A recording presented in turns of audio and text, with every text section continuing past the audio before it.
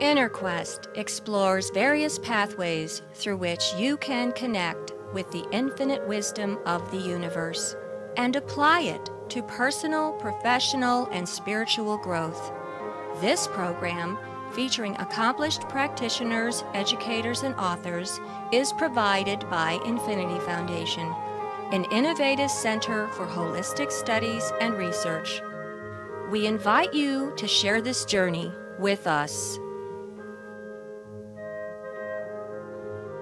Hello, welcome to InnerQuest. My name is Jay Stone, your host for today, and our guest is Debra Poneman. Welcome, Debra.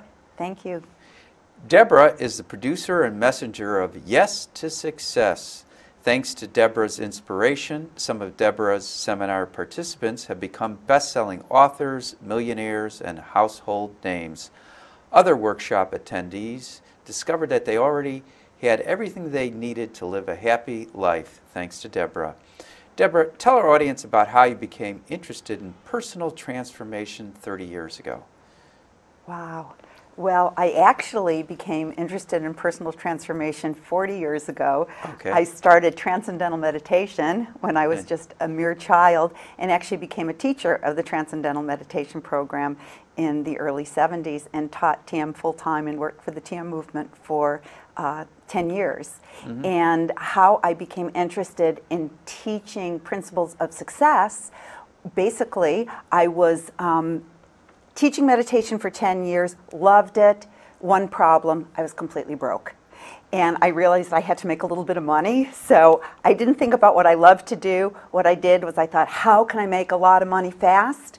And I became an investment advisor, was a dismal failure, but it brought me to a money seminar that I thought was going to be on stocks and bonds, and it turned out, and this is the early 80s, it turned out to be a seminar on principles of success like the law of attraction, like the concept that if you put your attention on lack and limitation, you'll draw lack and limitation into your life. If you put your attention on prosperity and abundance, you'll draw that into your life, and all of these other principles of success and prosperity. And that night I said, that's for me. That's what I'm going to do. As soon as you were attracted to the laws of success, did you let go of your meditation, or have you maintained your meditation practice? Absolutely maintain my meditation. I say building a building without a foundation, that building's going to crumble. And I absolutely believe that meditation, a good meditation practice,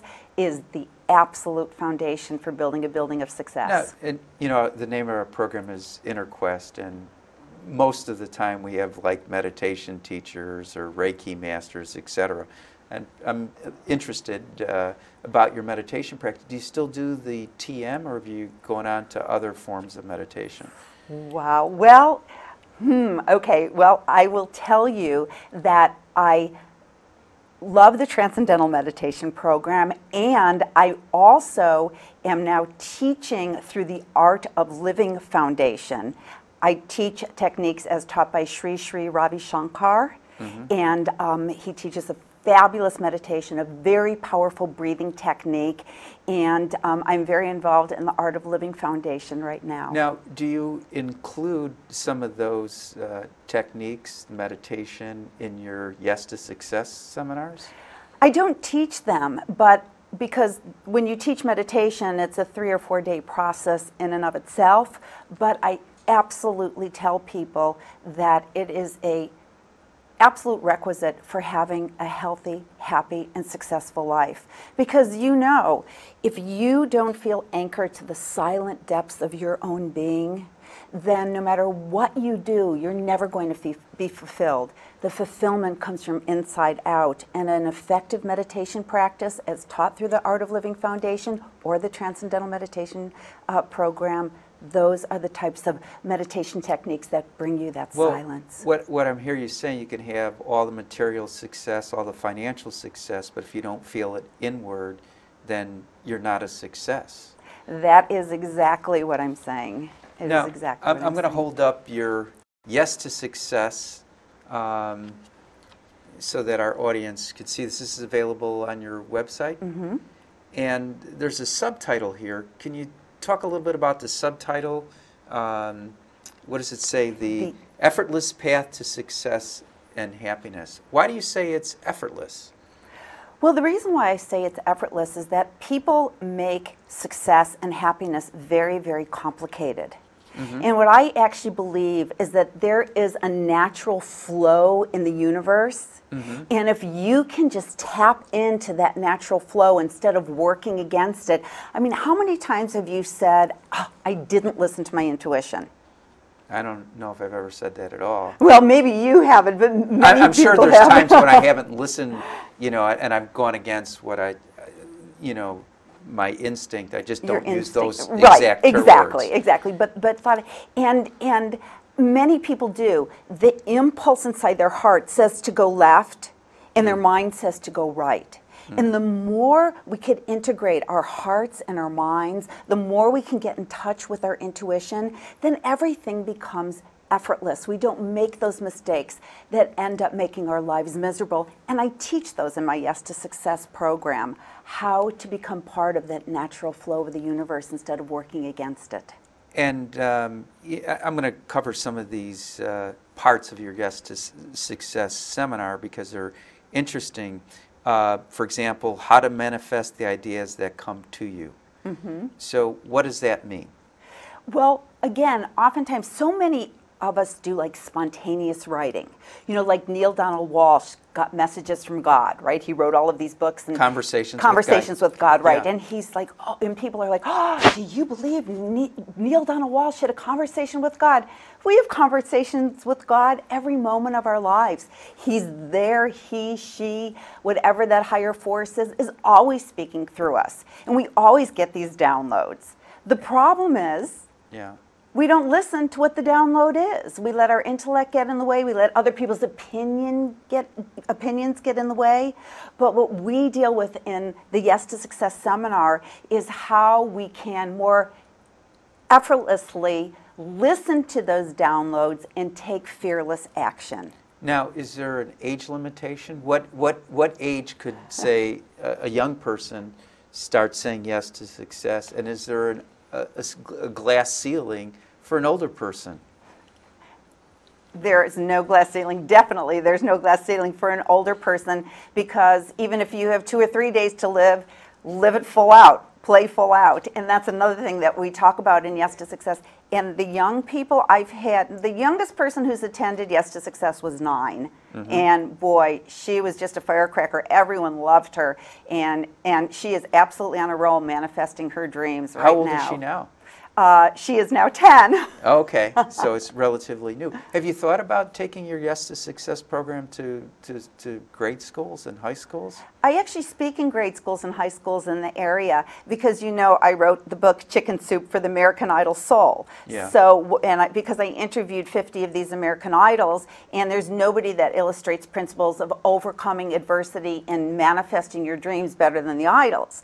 And so what I do in the grammar schools and the high schools is I use the stories of the idols to illustrate the principle that anybody can go for their dreams.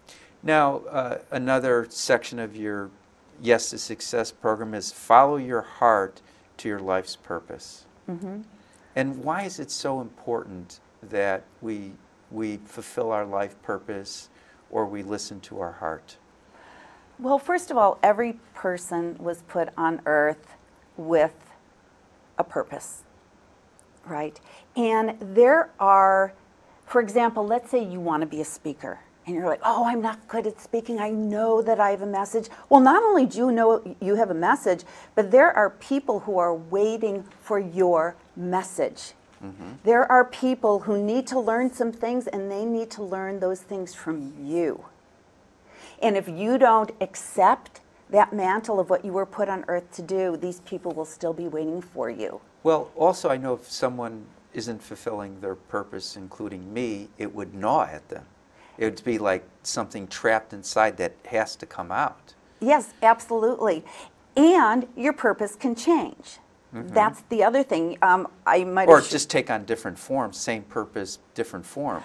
Well, I don't know if you've heard my story, but when I started teaching these seminars, it actually came to me like lightning, because I believe that when an idea comes to you, it comes to you because it wants to be manifested through you. If it had been wanting to be manifested through me, it would have come to me. But then we don't act on our ideas because we wait until we think we're ready.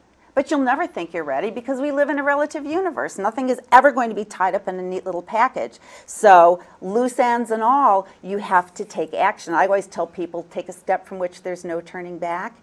And as soon as you take that bold action towards your dream, towards that idea that came to you because it's supposed to be manifested by you, the universe will support you. Yeah, there's actually a story in the Bible that teaches the lesson of no turning back. I think it was God told Lot to go out of what town was it, Gomorrah? And he said, don't look back, and if you do, you'll turn to salt. And it was Lot's wife who turned back. Of course, it's the woman in the Bible. Ooh, that's kind of sad. Yeah, yeah, but it's immoral what you're saying. Yes. Absolutely, absolutely. And my story is that I started teaching these seminars, and my seminar company became so huge. It was in every major city. It was in 7 countries internationally. What was the seminar company's name? Yes to Success. Oh, Yes to Success. Yes, and then what happened, that was in the 80s. And in 1988, I was about to have my own TV talk show. I had my own infomercial. You were way ahead of the curve. Yes, I actually was. And some of today's biggest transformational leaders were actually my students back in the early 80s. You want to name some names? I can name drop if you want me to. Okay, sure. Well, Janet Atwood, who is the author of The Passion Test and The Effortless Path to Discovering Your Life's Purpose. Marcy Shimoff, who is actually the #1 best-selling woman author of all time. Do you still keep in touch with these people? Absolutely. 15 million Chicken Soup books and Happy for No Reason and Love for No Reason. Even Deepak Chopra took my seminar 3 times in the early 80s, and then the 4th time he invited me to his home to teach it for his family and his children. Yes. And how do you find these people after they achieve their success? Do you think it changes them? I mean, I've had the good fortune to interview best-selling authors, and in my experience, it's like the people that achieve the highest are also like the most humblest. Like Ram Dass or Bernie Siegel, who, I've got to spend 4 hours privately with him. Nice. What's your experience? How does success make us more humble or more human? Well, I would say that, of course, every individual is an individual, and they're all unique. But what I have seen is that so many of today's greatest transformational leaders, one of the things that makes them great is their generosity, their understanding that we live in an infinite universe. We could take Janet Atwood, for example. She and I teach something very similar. And part of my story is that in 1988, I gave everything up because I decided I wanted to be a mom at home. I had a new purpose, and for 20 years I stayed home. And people say, oh, wasn't it hard to start your career again? No, because there's people like Janet who live on this earth who absolutely said, this is my friend Debbie, even though we teach something similar, and she was getting me gets me speaking engagements left and right, because she knows that helping me become successful is not going to take anything away from her. In fact, it's going to add to her success. Yeah, and it's a good example of what success has done, made her more kind, more generous. And you're an example of your purpose of the same was to help people, but instead of helping people with your Yes to Success seminars, you were keeping your Yes to Success seminar in your household. Right. I always say I didn't speak for 20 years, but then I have to clarify and say, well, actually, I spoke. I just never got any applause. and I thought some of my speeches were really compelling. And how many children do you have? 2. And how are they doing?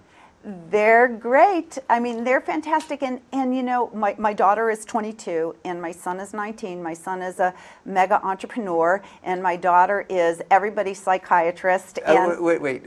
What kind of entrepreneurial stuff is your son doing? Well, when he was 14, he noticed that he had an eye for talent in the basketball arena, so he became a scout. And when he was 16, there was a full-page article on him in Sports Illustrated, Why College Coaches Seek the Advice of a 16-Year-Old Scout.